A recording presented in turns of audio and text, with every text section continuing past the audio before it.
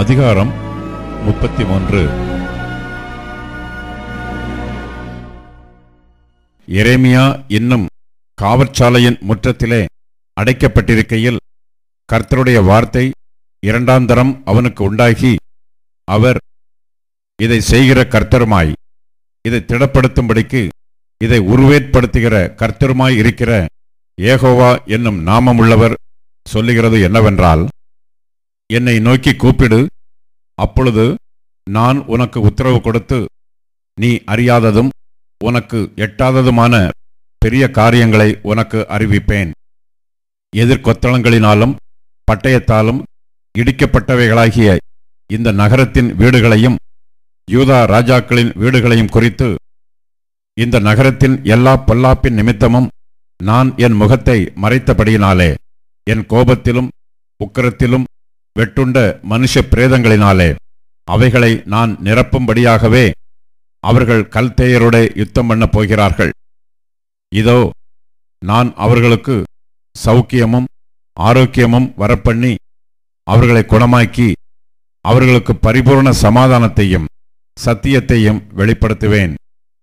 நான் யூதாவின் சிறையிருப்பையும் இஸ்ரவேலின் சிறையிருப்பையும் திருப்பி முன்னிருந்தது போல அவர்களை கட்டுவித்து, அவர்கள் எனக்கு விரோதமாய் குற்றம் செய்த அவர்களுடைய எல்லா அக்கிரமங்களுக்கும் அவர்களை நீங்களாக்கி சுத்திகரித்து, அவர்கள் எனக்கு விரோதமாய் குற்றம் செய்து எனக்கு விரோதமாய் துரோகம் பண்ணின அவர்களுடைய எல்லா அக்கிரமங்களையும் மன்னிப்பேன்.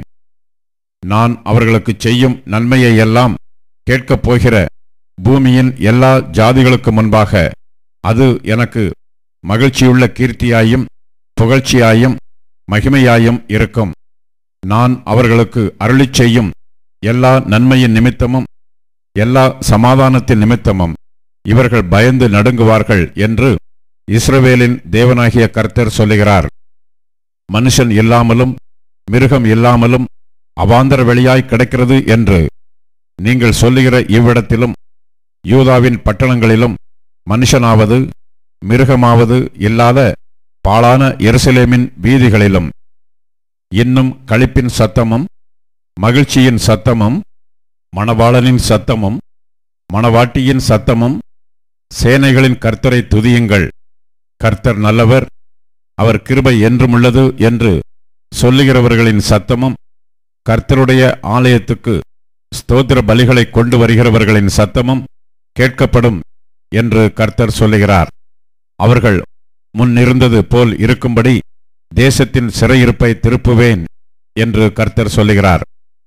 மனுஷனும் மிருகமும் இல்லாமல் அவாந்தர வெளியாய் கிடக்கிற இவ்விடத்திலும் இதற்கடுத்த பட்டணங்களிலும் ஆட்டு மந்தையை மேய்த்து மடக்குகிற மேய்ப்பர்களின் தாபரங்கள் உண்டாயிருக்கும் என்று சேனைகளின் கர்த்தர் சொல்லுகிறார்.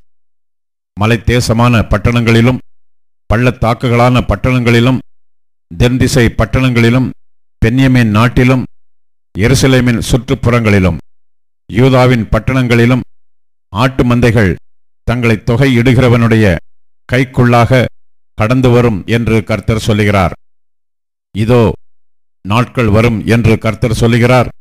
அப்பொழுது நான் இஸ்ரவேலின் குடும்பத்துக்கும் யூதாவின் குடும்பத்துக்கும் சொன்ன நல்வார்த்தையை நிறைவேற்றுவேன்.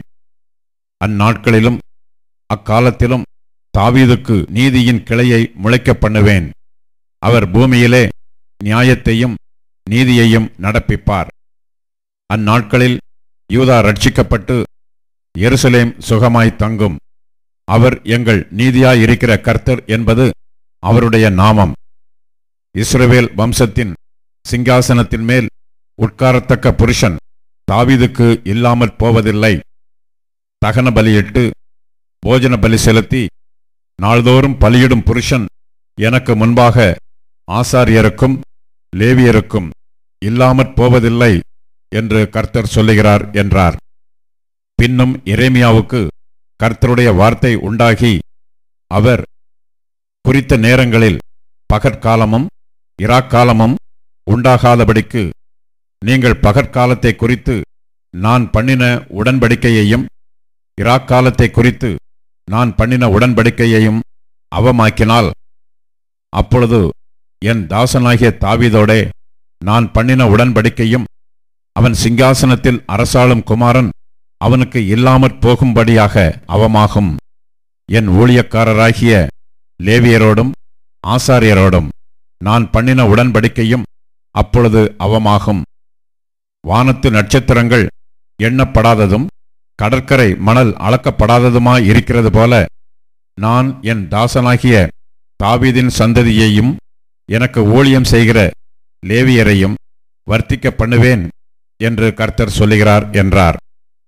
பின்னும் எரேமியாவுக்கு கர்த்தருடைய வார்த்தை உண்டாகி, அவர் கர்த்தர் தெரிந்து கொண்ட 2 வம்சங்களையும் வெறுத்து போட்டார் என்று இந்த ஜனம் சொல்லி, தங்களுக்கு முன்பாக என் ஜனம் இனி ஒரு ஜாதி அல்ல என்று அதை தூசிக்கிறார்கள் என்பதை நீ காண்கிறதில்லையோ? வானத்துக்கும் பூமிக்கும் குறித்திருக்கிற நியமங்களை நான் காவாமல் பகற்காலத்தையும் இராக்காலத்தையும் குறித்து நான் பண்ணின உடன்படிக்கை அற்றுப்போகிறது உண்டானால், அப்பொழுது நான் யாக்கோபின் சந்ததியையும் என் தாசனாகிய தாவீதின் சந்ததியையும் தள்ளி, நான் ஆபிரகாம், ஈசாக்கு, யாக்கோபு என்பவர்களின் சந்ததியை ஆளத்தக்கவர்களை அதிலிருந்து எடுக்காதபடிக்கு வெறுத்து போடுவேன். அவர்களுடைய சிறையிருப்பை நான் திருப்பி அவர்களுக்கு இறங்குவேன் என்று கர்த்தர் சொல்லுகிறார் என்றார்.